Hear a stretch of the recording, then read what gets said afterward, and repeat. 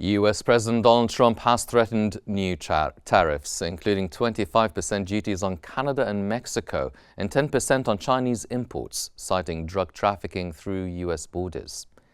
Speaking at the White House, Trump criticized the European Union for trade surpluses, warning of potential tariffs.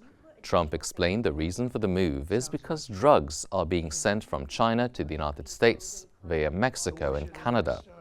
Trump also signed a memorandum ordering reviews of trade deficits and practices, fueling market uncertainty despite earlier stock gains. Yeah, we'll look into that. We're talking to Zelensky. We're going to be talking with President Putin very soon.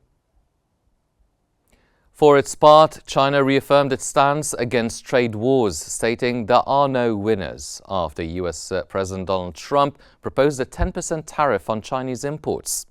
Foreign Ministry spokesperson Mao Ning emphasized China's commitment to safeguarding its national interests during a Wednesday briefing. Trump, who avoided immediate tariff actions upon taking office, reiterated threats of 25% tariffs on Canada, Mexico, and duties on China and the European Union, setting a deadline of February 1st.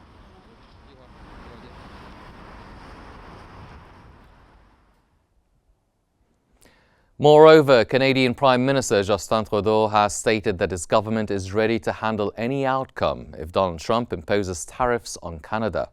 Trudeau described Trump as a skilled negotiator who keeps partners off balance. He also emphasized the U.S. prosperity will depend on Canadian resources. This comes after Trump suggested that tariffs on Mexican and Canadian exports could begin in February. Businesses and homes. Of America's top 5 trading partners, French government spokesperson Sophie Primas has described France's relations with U.S. President Donald Trump as transactional. Primas stated that Europe and the U.S. have no interest in a trade escalation and announced a new phase of negotiations with the U.S. She emphasized the need for Europe to match U.S. resolve and assert its power. Trump, who has also threatened tariffs on Canada, Mexico, and China, criticized Europe's trade surpluses with the U.S. on Tuesday.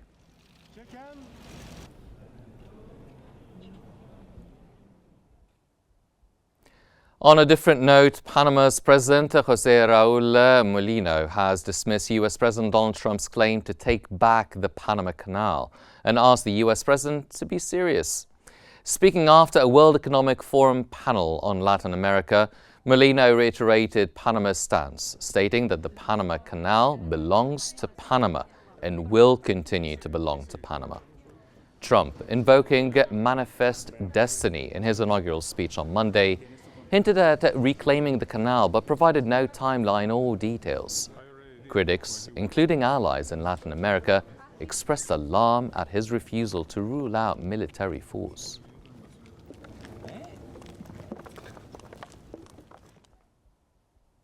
In an official move, Panama has filed a formal complaint to the United Nations, condemning U.S. President Donald Trump's threat to seize the Panama Canal.